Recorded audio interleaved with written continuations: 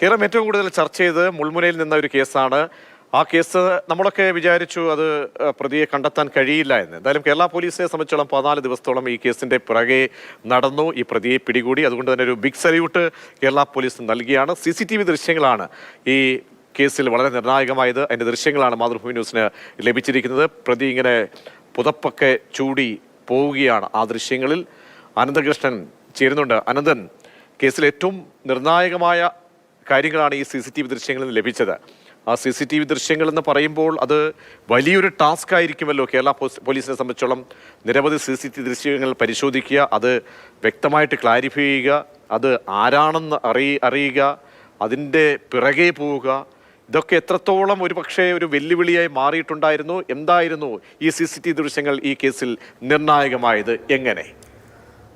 പ്രജീഷ്, ഈ കേസിൽ ഏറ്റവും നിർണായകമായ വഴിത്തിരിവുണ്ടാക്കിയ CCTV ദൃശ്യങ്ങളാണ് ഇപ്പോൾ മാതൃഭൂമി സ്ക്രീനിലൂടെ പ്രേക്ഷകർ കാണുന്നത്. ഈ ദൃശ്യങ്ങൾ പെട്ടെന്ന് കണ്ടെത്തിയതല്ല. നൂറുകണക്കിന് CCTV ദൃശ്യങ്ങൾ പോലീസിന് ലഭിച്ചിരുന്നു. അതിൽ ഒരുപാട് വാഹനങ്ങൾ കടന്നു പോകുന്നുണ്ട്. ഒരുപാട് പേർ ഇതുപോലെ തന്നെ സംശയിക്കപ്പെടാവുന്ന രീതിയിൽ നടന്നു പോകുന്നുണ്ട്.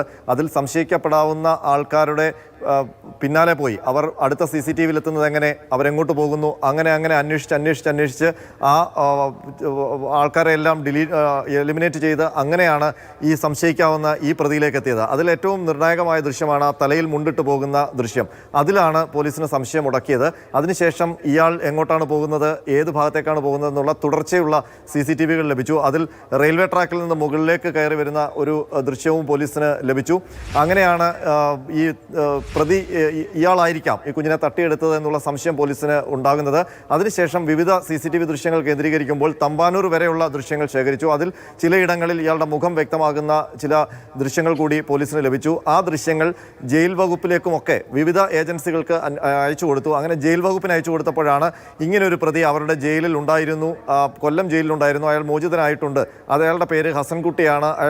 അയാൾ കബീർ എന്ന ഹസൻകുട്ടിയാണ്, പോക്സോ കേസിലെ പ്രതിയാണ് എന്ന് ജയിൽ വകുപ്പ് അല്ലെങ്കിൽ ജയിൽ ഉദ്യോഗസ്ഥർ തിരിച്ചറിയുന്നത്. അങ്ങനെയുള്ള ഇൻഫർമേഷൻ പോലീസിന് ലഭിക്കുന്നു. പക്ഷേ ഇയാൾ എങ്ങോട്ട് പോയി എന്ന് പിന്നീട് അറിയില്ല. തമ്പാനൂരിൽ നിന്ന് ബസ് കയറിപ്പോയി എന്നുള്ള സൂചനയാണ് ലഭിച്ചത്. പിന്നീട് ഇയാളെ കേന്ദ്രീകരിച്ച് വിപുലമായ അന്വേഷണമാണ് ഈ അന്വേഷണ സംഘം ഒരു 2 ആഴ്ച നടത്തിയത്. അങ്ങനെയാണ് കൊല്ലത്ത് നിന്ന് ഇന്ന് രാവിലെ ഇയാളെ കണ്ടെത്തുന്നത്. കൊല്ലത്ത് ബീച്ചിലാണ് ഇന്നലെ അയാൾ കിടന്നുറങ്ങിയത്. അതിനുശേഷം ഇയാൾ അവിടുത്തെ ഒരു കംഫർട്ട് സ്റ്റേഷനിൽ വൃത്തിയാകാൻ വേണ്ടി വന്നു. അപ്പോൾ ബീച്ചിൽ ഇയാൾ കിടന്നുറങ്ങിയെന്നുള്ള വിവരം പോലീസിന് ലഭിച്ചു. പിന്നീട് ഇയാൾ എത്താൻ സാധ്യതയുള്ള സ്ഥലങ്ങൾ കേന്ദ്രീകരിച്ച് നടത്തിയ അന്വേഷണത്തിലാണ് ഇയാളെ പിന്നീട് പിടികൂടി ചോദ്യം ചെയ്യുന്നത്. ഏതായാലും ഈ പ്രതി മലയാളം സംസാരിക്കുമെങ്കിലും ഇയാളുടെ ചില കൃത്യമായ ചില വിവരങ്ങൾ ഇയാളിൽ നിന്ന് ലഭിക്കേണ്ടതുണ്ട്. കാരണം ഇയാൾ പറയുന്നത് ഇയാൾ വളരെ കുഞ്ഞിലെ 3-ാം വയസ്സിൽ ഇയാളെ ഗുജറാത്തിൽ നിന്ന് ഈ വർക്കലയുള്ള ഒരു ദമ്പതി ദത്തിന് എടുത്തുകൊണ്ട് വന്ന് വളർത്തിയതാണ് എന്നാണ്. എന്നാൽ ആ അഡ്രസ്സ് സംബന്ധിച്ച് ഒരുപാട് സ്ഥിരീകരണം പോലീസിന് ഇനി വേണ്ടിവരും. അതിനൊപ്പം തന്നെ ഇയാൾ പറയുന്ന മൊഴികളിൽ ഒരുപാട് വൈരുദ്ധ്യങ്ങളുണ്ട്.